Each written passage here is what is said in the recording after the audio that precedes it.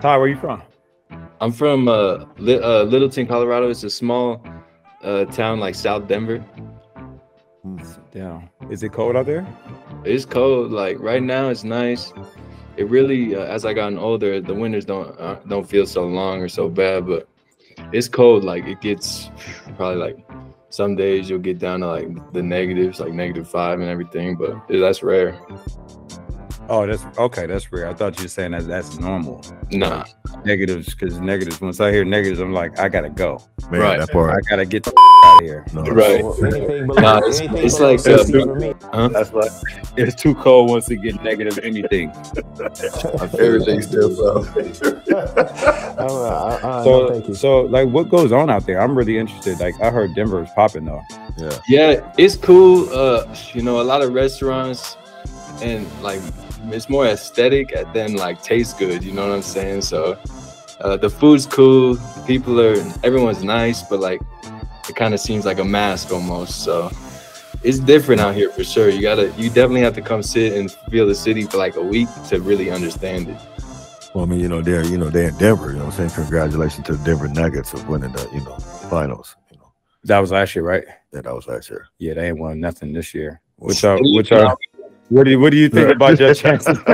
I mean, but I'm just saying though. I mean, yeah, we got to start all over though, because they gotta prove it again. They do gotta prove it. Yeah, because I like the Bulls when Jordan was playing, so I could say congratulations to the Chicago Bulls. And I like the Lakers, because I like the Lakers too. So congratulations to Chicago Bulls and the Los Angeles Lakers. Yeah. And 2000s. Yes, Yeah. exactly. Yeah.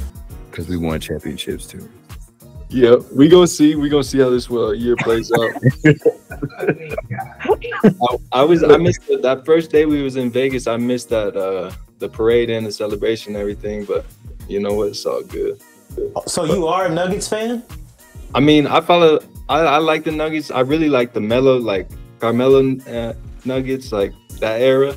But I appreciate their game. They play as a team and everything. I like Jokic, so they're cool. But I mean, I'm not like a diehard. Hey, that boy can play.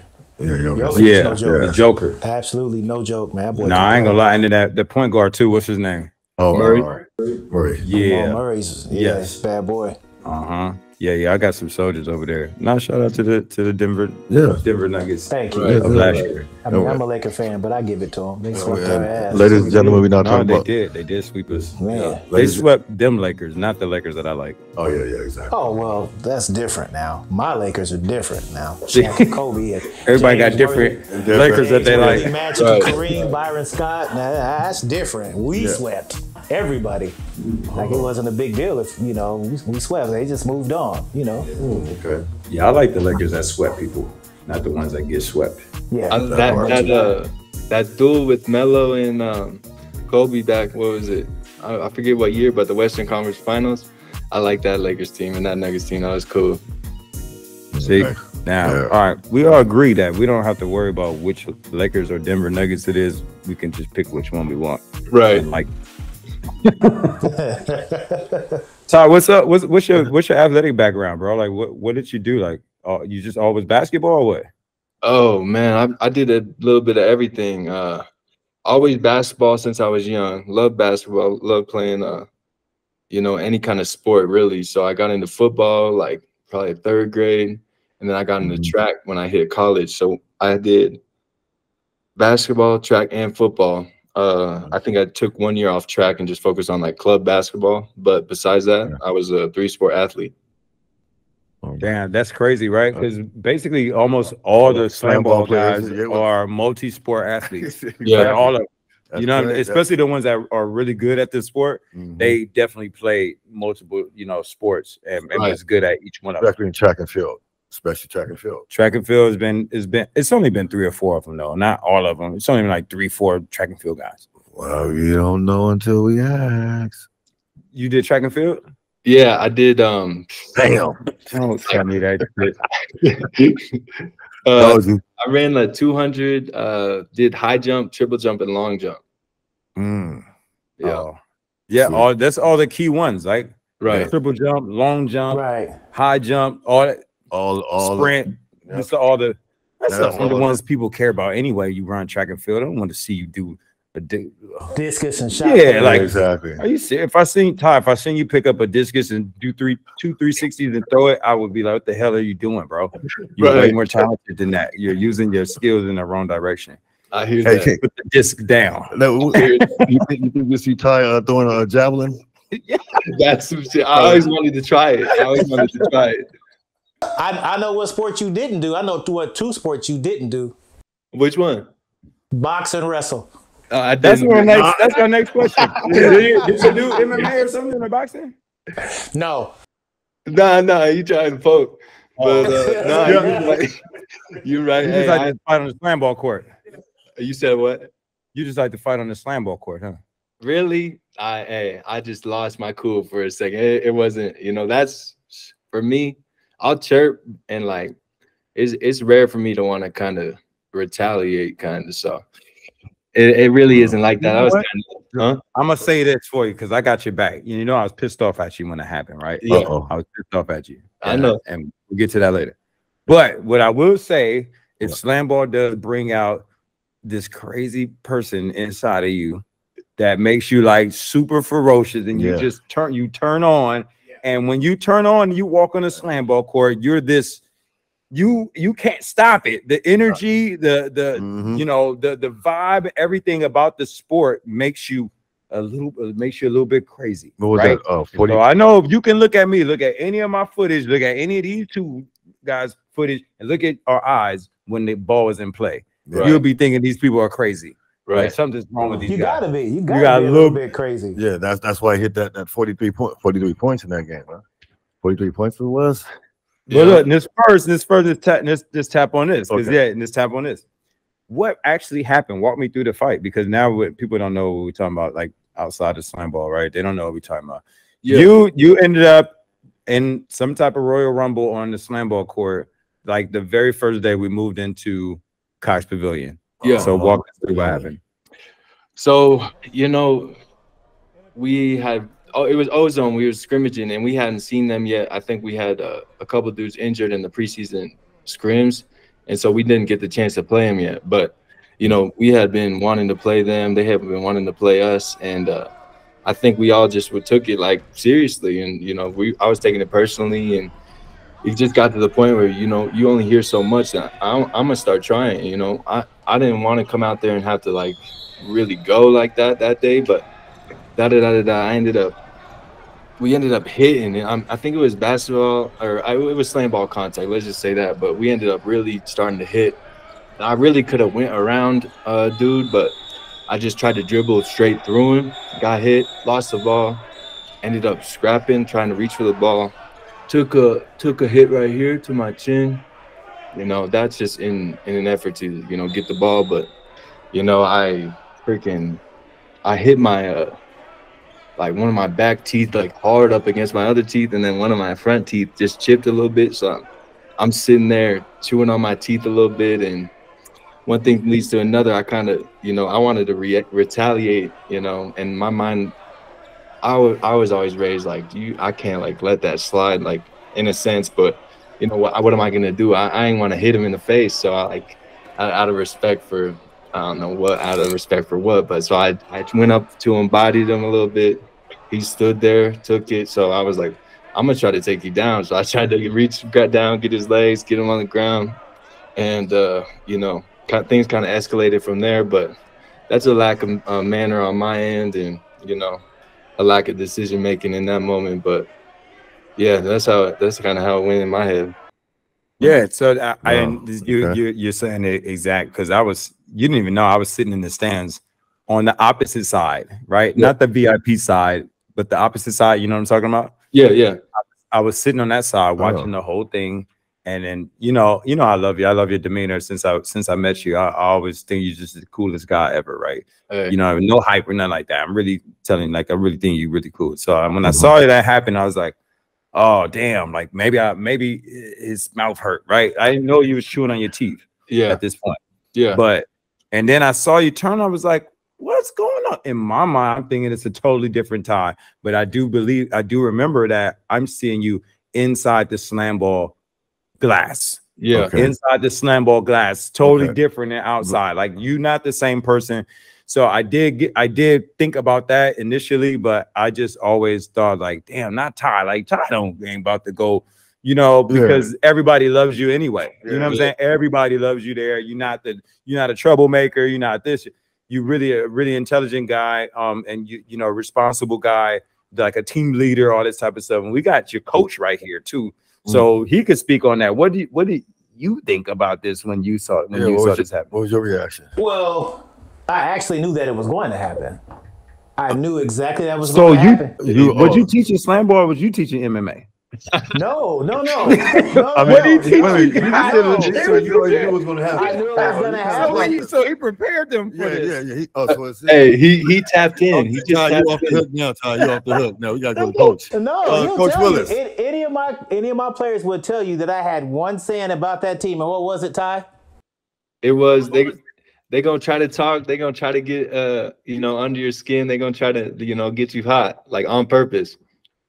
And that's because they can't help themselves. And I was trying to tell them, stop, do not react, because I knew, because they're kind of like a rah-rah team. You know what I mean? They're a rah-rah team. They're rah-rah, ready to go. So I was just trying to tell my guys, hey, man, this is what's going to happen. Don't get sucked in because they can't help themselves. And that's what happened. One thing led to another, huh? Wow. So that's kind of a real testament to like how good you are, Ty, out there, how well you caught on. You know, what I will say is, you know, we were all in the coaching talks when you first got there to SlamBall. Yeah. And, you know, Bryce was always #1. Yeah. Right. And you remember Josh Carlson, coach of the Lava, ended up getting the #1 draft pick. He was torn at this point. He was torn, and it was between Bryce Moran. Yeah. How do I say his last name the right way? Bryce Moran. And then Ty Mcgee. And Ty got in, a week and a half after the Super 24 and all that stuff, right? When did you come in? I came in that second week, yeah. Came in the second week. So we got there later. 2 weeks. And I think Josh was a little bit pressured because he didn't want to make the wrong choice. He saw you for who you are. He saw you. That's real. You know, but we all saw Bryce too. Everyone saw Bryce too. So he didn't want to make the wrong choice and then give up Bryce and then get you. Yeah. And it trickled down. What did you have, Coach? What That's breaking news. I didn't know that he was up there with to be the #1 pick with Bryce. I knew I wanted him. As soon as I seen him, do a couple things on the court, that's my guy right there. He was a no-brainer. Absolute no-brainer.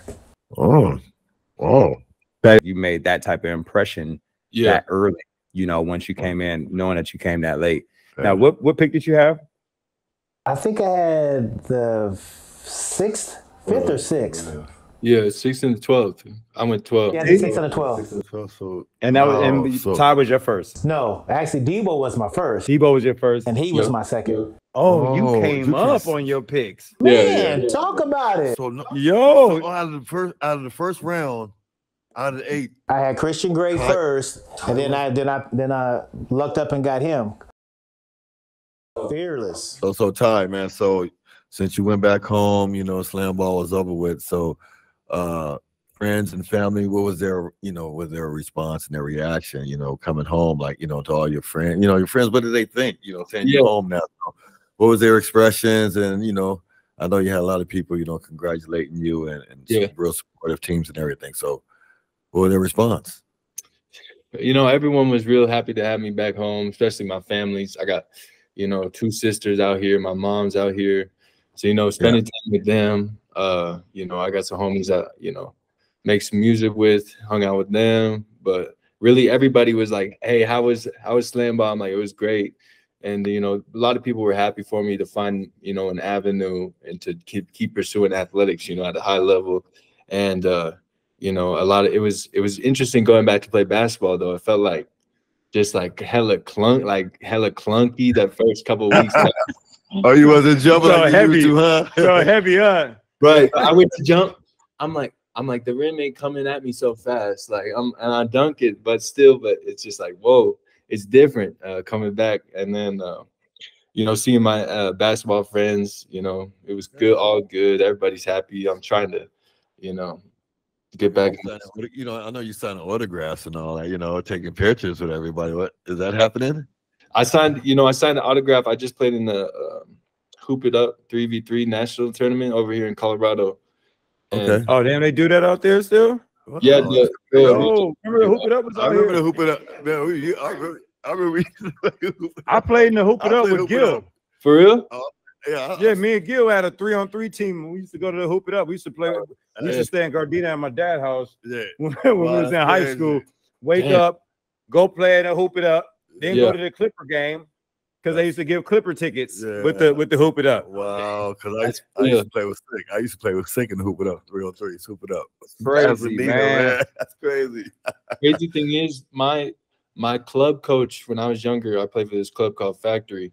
Coach Dan Kramer, he started 3v3 and the Hoop It Up stuff, and you know, he traveled around the nation and, you know, put on all those tournaments. Like this is his company, so I played in the pro-am. No, I wasn't even in the pro-am. I had to play in the playing tournament to get in the pro-am to get a chance to win and go to Hong Kong. Okay. So we won all that, and then we played the #1 seed, and they had won it like 3 years in a row, and it was just kind of like a no match type of situation. We ended up losing, but yeah, it's crazy story actually, because Kramer, you know, we go probably, what was it, my junior year, he was my coach. Okay. Damn. Hoop It Up, man. Yeah, Hoop It Up. They still doing it. That's dope. That's dope. That's dope.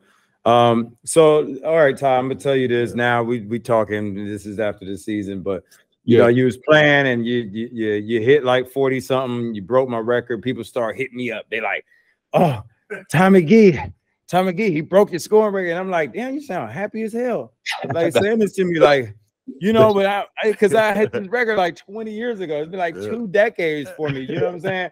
So I'm like, okay, if somebody didn't break my record in Series 6, I really was ready to just cut everybody and just start off brand new. In Series 7, we're gonna get all new 60-something players. 60-something years later. No, but I'm just saying. So you had the record for what? A week, 2 weeks? It was 2 weeks. 2 weeks, because then who Darius Clark ended up getting it, right? Which he ended up getting it, which no one kind of knew. It kind of went under the radar. Like it kind of went under the radar. But Ty, when he broke it, it was like the first, because it kind of revolutionized. It let us know where we were at with SlamBall. Like, it's new now. Like, it's not attached to the old guys anymore. Everybody's coming in. We're doing new SlamBall. We're doing with new guys, and these guys are capable and ready to play the game at the level that we played it, where people really asked to bring this thing back. You know, that bring SlamBall back thing was organic, and people really saw our old highlights and wanted us to bring it back. And now the new guys came on, and you guys took it from there. So, what kind of walked me through what was going on in that game? Because I know for in my game, you know, when I had 40-something whatever, and I set that record, everything the basket was this big, right? You know, like I felt like I couldn't miss anything. Everybody was finding me at the right time. And it's just, I couldn't do no wrong. So tell me what was you going through during that game? Right. I think we had played the night before, and we had like spurts of like me. I was kind of figuring out, our team was kind of figuring out. And then Debo went down, and it was just like, damn, like, okay, Debo is really like, he could jump over like a wall, basically. He could go through a wall and get a bucket when he needed to. So at that point, I'm like, okay, I'm gonna need to score a little bit more, just like in the meantime while Debo's out. So I had that going into my head before the game, but also just to be simple, I would watch the film from the games we had played that first night, because it was on the second night, that opening weekend. And I was just like, okay, I could see where I could go do this right here. Coach had taught me a move I could do right here.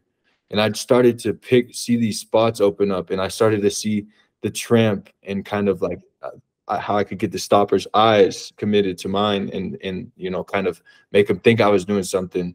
And it really started to open up, but I didn't, you know, it was the next play. My mindset was the next play. I didn't even know how much I scored, like, respectfully. I wanted to win the game, and it was just every next play. And it just came organically, just like kind of like how you said, like, just felt right, you know.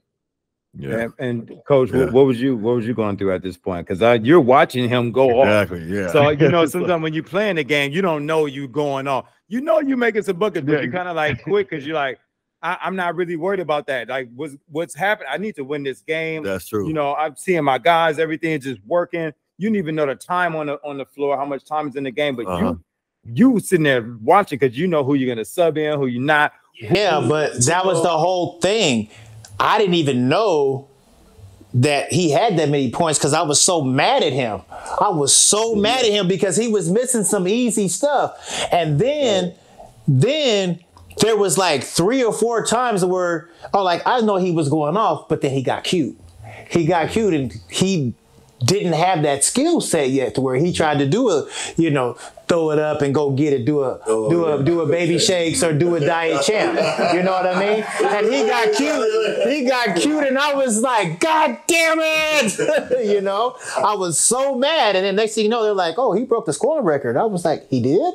You know what I mean? Because I was so hyper focused on winning that game, and then I was so, like, he'll tell you, like, I was the least person happy for him. I was pissed. I was pissed because he could have had 10 more. Yeah. You know what I mean? Or even more. But he got cute. And the first thing I ever told him when I seen him play, he tried to get fancy, and I pulled him aside. I said, in training, I said, come here. And I said, keep it simple and you'll go a long way. Yeah. No, I think you had a really good balance of keeping it simple, but then doing some things that might look flashy, but it was more about function for you. You know, and that's what I saw from you. It was like functional stuff that could like trick you, you know, but it wasn't necessarily meant to be flashy. Yeah. So that's dope because now coach is over there saying that you could have had 55. Exactly. 60. Yeah, I seen 6 of them. So, and you tricked off 10, 15 points. So Darius shouldn't have broke your record, and you let that happen. That's on you. That's on you. What happened? I think it was gassed out on that. I think it was gassed out on. So I saw 6 of them, guaranteed 6 of them. Like you said, being a little cute, not being strong, trying to throw it off the backboard, and trying to get the stopper off to defend, but not knowing the stopper was still there, but you still could. Yeah, you were kind of gassed though. But yeah, I saw some mistakes. But yeah, you could have had like 55, 50, 58. Hindsight being 2020, you had a hell of a game, son. You had a hell of a game. Beautiful. Yes, sir. I didn't even know we went like for 12 in all the points. I'm a Ty Mcgee fan. Same here. I'm a Ty Mcgee fan. I love watching you play. I love seeing you trick people. Except for when you were tricking my team, I didn't like it. But I liked it later when I looked in the hot, like the you know, all the little moves, which lead me to my next one because you ended up getting like this like signature thing, right? Yeah. You know, we never played off the backboard from the island. And to be honest, it's something I never seen before or even thought of. Oh, yeah. You start playing the ball off the backboard from the island and had to stop her turning like this and doing the thing. I was like, yo, don't fall for that no more. If you fall for that one more time, bro, you coming out the game. That looks retarded to see you do this and then gets like, don't do that no more. So how did you come up with that, man? And where did that thought process come from? Okay, so what series were y'all playing outside? It was at Orlando. Series 2 and Series 3. Yeah. So that series, y'all used to be able to like jump from the island into the bottom tramp to get a rebound and then go up. So Coach Champ would throw it off the glass, jump into the tramp, and then go and finish it or lay it up. So I just took it to the next step because we couldn't go straight into the tramp. So I said off the backboard, just drop, step down over the tramp, and then basically the same move, kind of. Damn. So you innovated off your coach breaking the rules. Right. Basically. Yo, that's crazy. Right. You hear that, everybody? You hear that, right? Champ was good at finding those little in-betweens that somebody wasn't gonna call him for, Like he used to throw it. He used to be running on the baseline. You know, the baseline in the backboard. The side of the backboard is right there, right? He used to throw it up the side of the backboard and jump into the bottom while he catch it and then dunk it on you. And no one would call him for this. And we'd be like, this is cheating. You know what I'm saying? He's jumping into the bottom. Spring bet is cheating. They'd be like, no, tell you. He already back, like on the other side of the court. Champ used to run on the mats. He used to run on the mats on the side too. Champ found every single in between of a rule that wasn't able to be tracked or called, and he broke the rule without breaking the rule. He made the players better. He made the coaches better. He made the referees look stupid. That's what I said. Exactly. That's what I said about to definitely make the referees look stupid. I mean, you have to find the little creases, and you have to learn how to manipulate things, because just like you did, I always had two dudes on me. So the slam zone was home. The baseline was home. The rest of that stuff, because I'm gonna get popped. I'm gonna get one. You know, I'm gonna get somebody gonna hit me high. Somebody gonna hit me low. Yeah. You know what I mean? So I had to make sure that I was able to manipulate the in a different way than you manipulate that slam zone. No, you the king of manipulating everything. That's exactly. You know, from day one. So that's why I was like, all right, I'm not gonna blatantly cheat because they might call it on me. He started this whole thing, so they aren't gonna call it on him. Right. But if I cheat like right in front of your face, they might call it. So I gotta find a way to cheat without cheating. I used to just lay the ball up half the time. I used to go and jump, lay it up. And then he was like, "Oh yeah." One time he missed it. Right, he jumped from the wood from by the bottom spring bed, and he went to lay it up. Right, and it hit the rim. So when he landed, he went back up to go get it. So then he was like, "Oh, that worked." Yeah. It was like, now let me find a way to do that more often. You know, Champ, I'm telling you, man, when I say sneaky, this guy, I watch him cheat so much. He became my idol because I was like, dog, how do you do that? Like I really don't know how to move through this thing without nobody saying nothing to you like this. Like Champ could absolutely, because I'm not discrediting what he did do even within the realms of the rules. Yeah. But, because he was so good at that, you felt like, man, I don't know what to do with this guy. Even like the coaches, the refs, they didn't know what to do with this guy because he always found a way to be a part of the action in a huge way. So I was like, man, this dude is out of my league. Like, I gotta find something different. You were cheating. You were cheating. Hey, first practice, first thing we did was he taught us the first wrinkle he saw. First day of practice. So in that Rumble game, you can hear him yell at me to do what he was teaching us. In that play, I did it and it worked without a hitch. So you're saying that? So people were telling you that Gage Smith would have done the same thing to us in our day? Yeah. Absolutely not. No. Right. Incorrect. Are we all in agreement? Oh no, I'm in agreement because first of all, when I played, 100% of the stoppers was off balance anyway. They were off balance anyway when I came because you never knew what I was gonna do. You never knew what I was gonna do. I could come at you slow, fast, tramp jumper, layup to the side, bounce off the backboard. He is a proponent, and don't get me wrong, that dude is bad, but kills the bounce down. Yeah. So I coined a phrase, and I'm gonna say it here for the first time on Shake the Game Up. So what you have here is we're from the takeoff era. Mm-hmm. So we're from the takeoff era. Mm-hmm. They're from the bounce down era. Mm-hmm. You know what I mean? Yeah. Bounce down era, takeoff era, completely different. Completely different. We came at you this way, but we had enough body control to do certain things from the top tramp, side tramp, and the other tramp. And in our day, we can go from the bottom tramp. You see, they changed that rule because, I was the one who dominated at that. You know what I mean? I dominated taking that bottom tramp. I was killing that baseline. He hated it. He hated it. He hated it. He hated it. I didn't like it. You know what I mean? He didn't like it. He ain't like it, but I would kill you on that bottom tramp. You come at him from the top tramp, I'm coming from the side, and I'm caving your stopper head in. Nobody's stopping that. Because don't get me wrong, Kevin Cassidy was a bad boy. Kevin Cassidy was a bad. He turned the mob around by himself.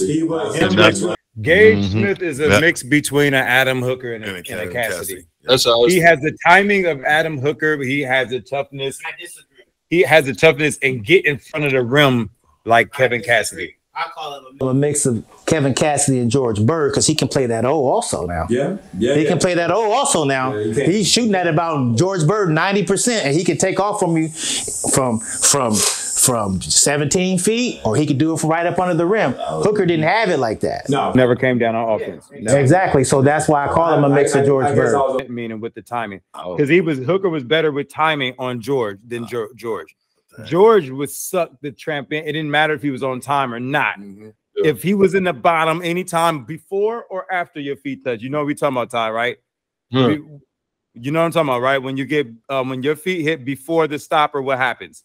If you before you're getting your bounce, if your feet hit in the bottom before the stopper feet, your feet hit first, stopper feet hit second, what happens? You're getting your bounce stoner. Thank you. All right. Now, if your feet hit second, then the stopper, what happens? Depends on who it is, but most of the time you're gonna get launched up. You're gonna get launched up. George Bird, didn't matter if it was first or second, you're getting sucked down. Right. And he's gonna grab you. He's gonna grab you, or he's gonna bump you, or he's gonna hit you, he's gonna be all over you, he's gonna smother you. Right. It was totally different. It was like, don't get next to him. Don't even go down to the bottom if you don't got to. Me, I didn't care. I was going at George Bird all the time. I used to go at him all the time. I wasn't blessed you. I didn't care. But you guys, man, the new generation, you guys, man, you guys got so much potential, you guys, and with you and yourself, man, I just can't wait for next season or next series when it happens to see what kind of which change up you're gonna come up with. It's gonna be exciting because everybody's gonna be coming. He's gonna have his partner in crime back next year. So Christian Gray, and we're gonna have our wall back there, and we're gonna have our hitman Stephen Julian. Hopefully we can keep for whatever. I got my hitman. I got the butcher. I got Christian Gray. I got Slim back there. I'm running that with anybody. Yeah. We just hit the injury bug. I like jerseys the best. Right, that's good. I like our logo too. Yeah, that purple wasn't bad though. I can't lie. Pretty dope. All right. I got one more question for you, and then we're gonna get into this the face-off challenge. All right.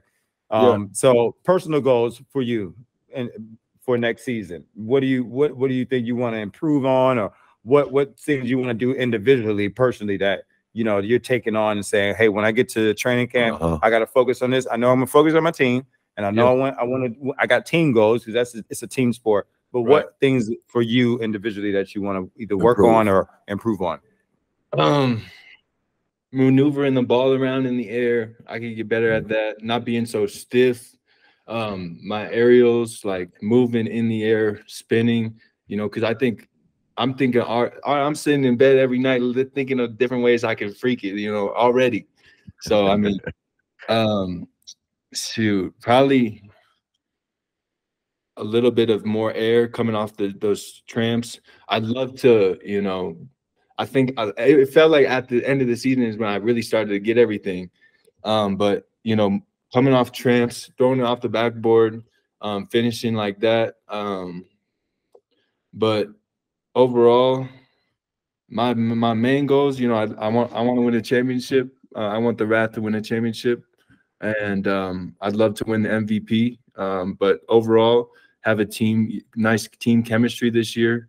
Bring in, our guys we were missing and just kind of get rolling from the jump. And, I pray for health, and I pray for, our team to, be protected this next year. But, just a nice team chemistry and, a championship. That's all I'm searching for real. Like, I mean, and screw the MVP thing.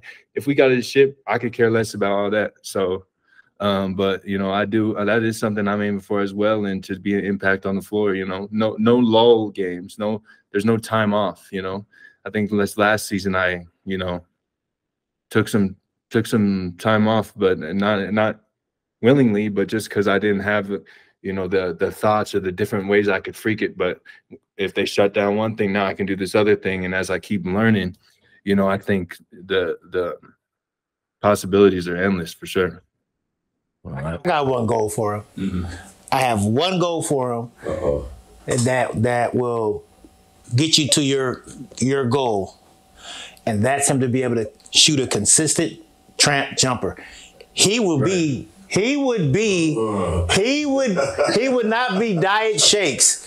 He would be on almost his level. If he got that tramp jumper down consistently, that's how he's going to figure out how to do the rest of that stuff, because now the stopper is already off balance because they can't play you as if you're coming for the bounce down or the takeoff. Right. They don't know what you're going to do. You have to get that in your mental. This test is IQ on this. Yeah. So right now, this how the stoppers play you, right? Yeah. Is you know how to go quick, you can go high. Yeah. Right? So when does the stopper normally get in with you? The stoppers normally get in with me. They're expecting me to get to the bottom tramp, so they usually wait. So they usually wait. So then that means first, what things you need to get better at? The first thing. Takeoffs. Takeoff what though? What speed?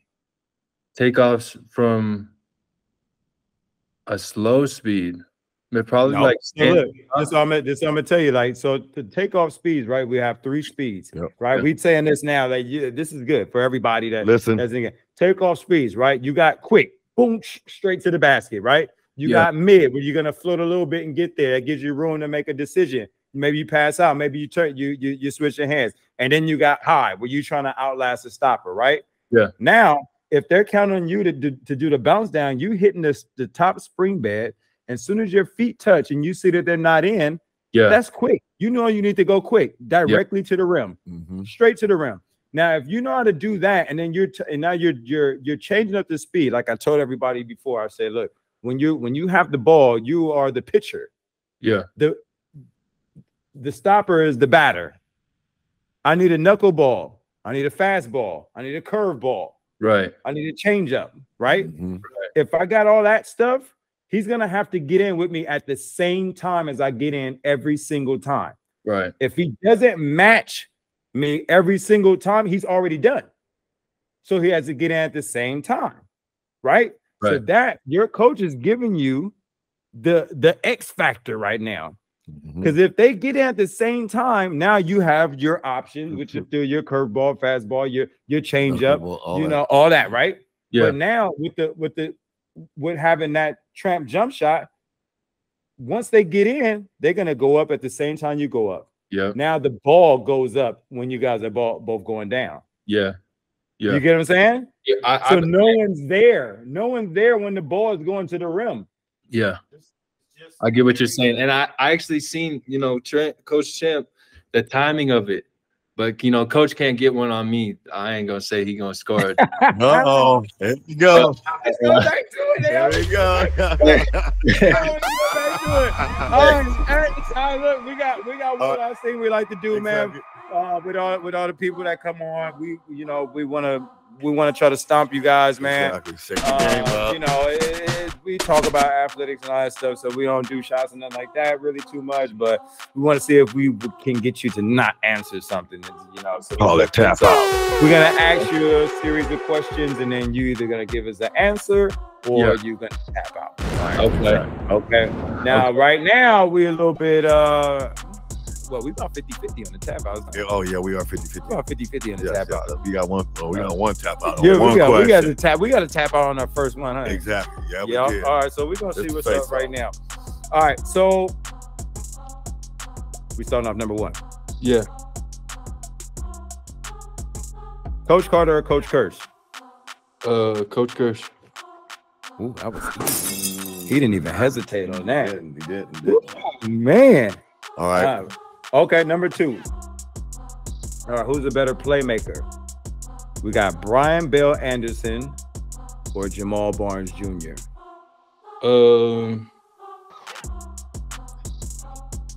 Anderson. Okay, why? The bounce downs. He's crazy. His height he takes into the other tramps is like, I don't know. He was making some pretty big plays down the stretch there. Jamal making some good plays too, but I think Anderson can get it off a little bit easier for sure. Respectfully. Nice. Next one. Okay. All right. The final shot of the game. Yeah. You're down by 2. Who do you get the ball to? I'm Yourself? taking.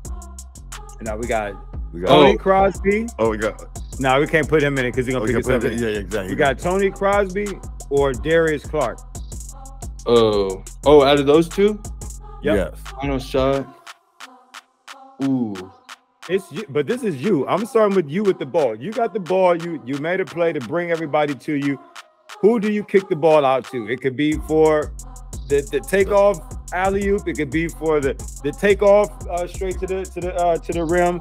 Jump. Who do you pass that ball to? Who are you looking to? If you got Tony Crosby and Darius Clark out there, who are you looking to? Oh, crunch time like that. I don't know. In that game, me and Tony we was going bucket for bucket at the end, and that felt crazy because he said he felt this. I could tell he felt the same way I felt. So I can't. Am I not allowed to say I'm me? No, you're me. You're me. You're you. But you have the ball and you gotta pass it. I have to pass it. Okay, you have to pass it. I'm gonna pass it. I'm gonna pass it to Tony. Just like in respect to like what I've seen his confidence in late games and his execution in late games and big time moments, I give it to Tony. Not Darius Clark? No. Okay. 2 coordinators, they have a chance to move up, right? As head coaches, who would you rather play for out of these 2 assistant coaches? Noah Ballou or Myrie Bowden?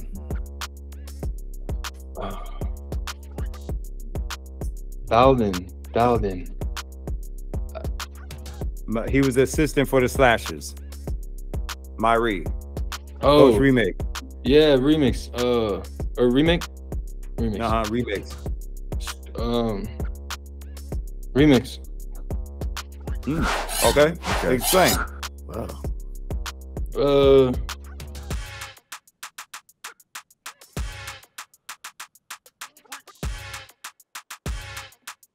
He liked the name better. He just said remix.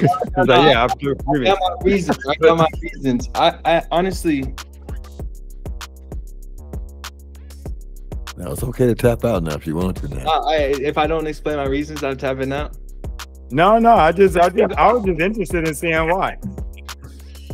You know, I know Ballou definitely gets it for sure, but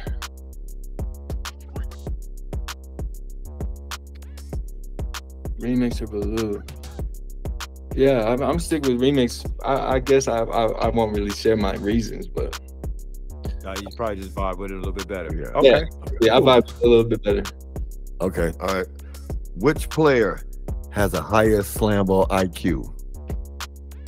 Loquavius Cotton or Alonzo Scott? Alonzo Scott. Oh.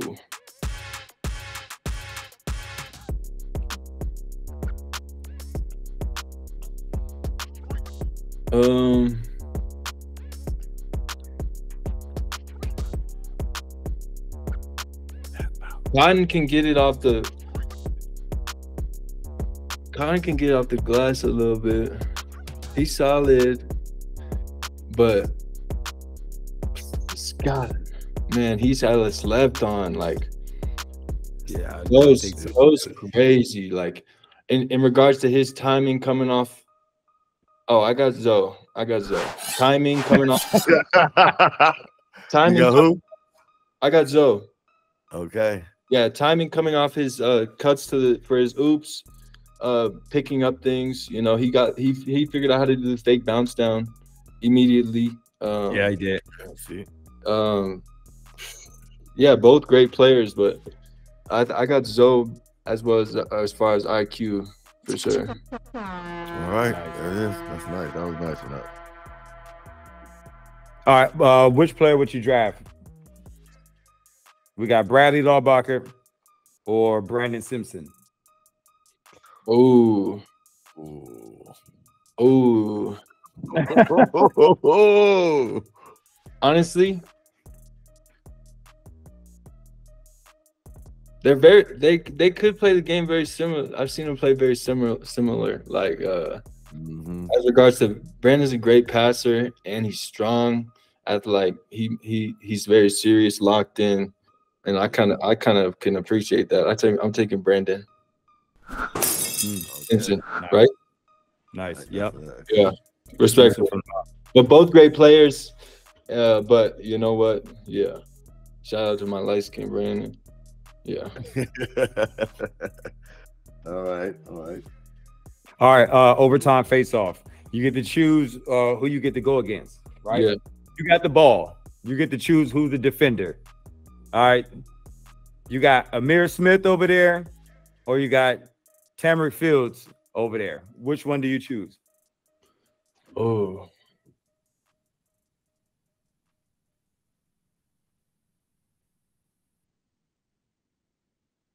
Amir blocked me on one for sure. First one of the game. TC.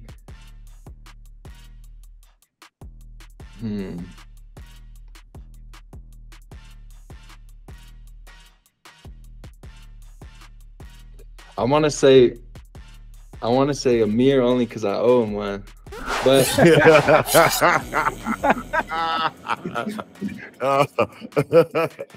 that's out of respect to Amir because hey, he got me, but I'm gonna say Amir only because I owe him one. Okay. All right. Last one. Yeah. And then I'm gonna say this one. I'm not gonna put you on. This. No. I'm not gonna ask coach because that's gonna be conflict of interest. No. Last one. The Rav can keep 3 players coming into the draft. 3 players, including yourself. Yeah. So you get to choose 3 guys to come with you. Who do you choose? Oh, 3, or I get to choose 2 or 3. 3. Oh. Yeah, you already have you. Yeah, so now you get to choose 3. Oh, the 4. Okay. Devo Slim. This is where I'm like, oh shit. I know it's the top 4.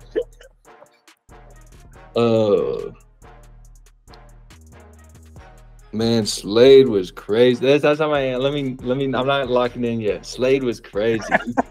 He figured that shit out. I can't lie. Slade was fun to play with, and we had a great chemistry. Like we would do the. I think you called the replays or something. We would do. I was calling it remix, where you go on this island, remix, and then throw it. Like we was doing that. Slade was nuts on defense, and he would go 20 minutes. But shout out my man Nick Parks. Nick was crazy. Came in with crazy height. He started to figure it out. He was good. Started to figure out how to catch his lobs. Shout out my man Ryan Johnson. Doing his thing still. He was a great team member and great to have around.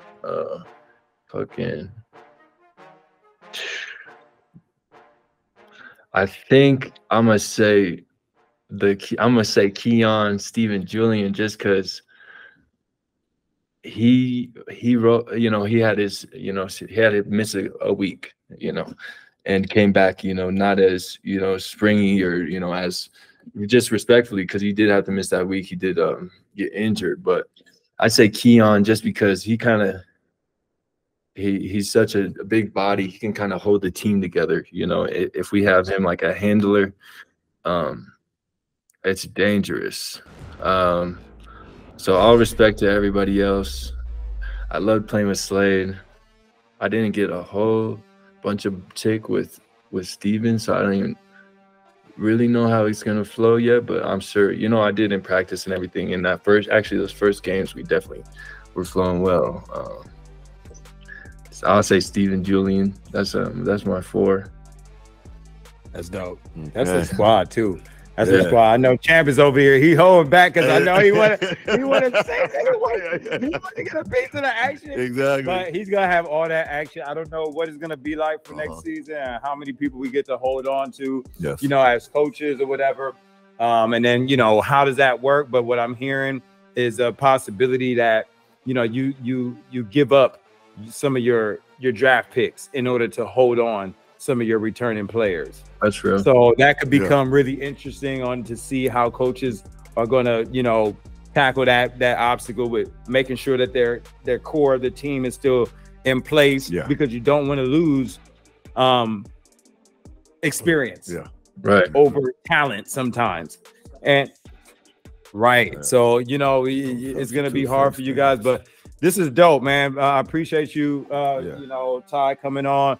Leading scorer of SlamBall, the new school generation. We got head coach of the Wrath and the SlamBall legend himself, the first SlamBall guy on the planet, on Earth, and just in general, the first guy to ever touch the tramps like that, man. So this is so dope. It is so iconic. You already know we got Inches over here. Inches, what you got? Hey, man. So I just want to say shout out to everybody. Shout out to my kids. You know, shout out to everybody, you know, family and their friends and everything. Our friends, family, Champ friends, family, and everybody. Shout out to all the people out there in SlamBall, you know, the new generations. Shout out to the coaches. Shout out to the staff. Shout out to Mace, like always, you know. Yes, sir. Yes, sir. Shout out to the Egberg family. Aaron Berg, Mike Gola, all the guys, SlamBall front office, all the sponsors. Ty, what you got? Last words? Hey, yeah, thank y'all for having me. Champ, thanks for pulling up. You know, always great to be in the company of legends, and you know, I'm excited to learn from y'all more. Shout out to SlamBall, shout out to the organization. Come on, we're gonna keep going. We're gonna take this to every level that it needs to go. And you know, I know you guys are looking for people right now, so if y'all think y'all can do this or think you'll fit for it, hit up Stan, hit up Coach Fletcher, and you know, send in what you got and come see if you guys got what it takes to, you know, come out there and play this sport. And also come see this sport live. You can see it on TV, you can see these clips, and you can think it's this and that, but wait until you're in that building, you feel that energy, you see that cage. There's gladiators out there. You know, put some respect on it and come see what it's about. Come see it live. We're gonna be back next summer, and yeah, thank you to everyone. Shout out to my moms, and yeah. Hell yeah, hell yeah. Yes. Champ, bring us out. What you got? Yeah, man. Well, as we always say, we were at the 800s. They picked us to their class, and we didn't do that. So now everything's gonna be all right. Get my team back whole. I got Ty Mcgee, the butcher. Hey. I got H in the house. Yes. I got the legend himself, Stan Fletcher, and we got a lot more to talk about. Yes. And all I'm saying is SlamBall 2024 and forever. Forever. Hell yeah. Hell yeah. And just to let everybody know, as we're closing out, this is not a SlamBall podcast. No, it's not. Do not limit what we are doing. Man. All right, this is not just for SlamBall people. No, right? This is for SlamBall people and everyone that's in sports, that interested in sports, interested in SlamBall. We are not approved by ESPN or SlamBall.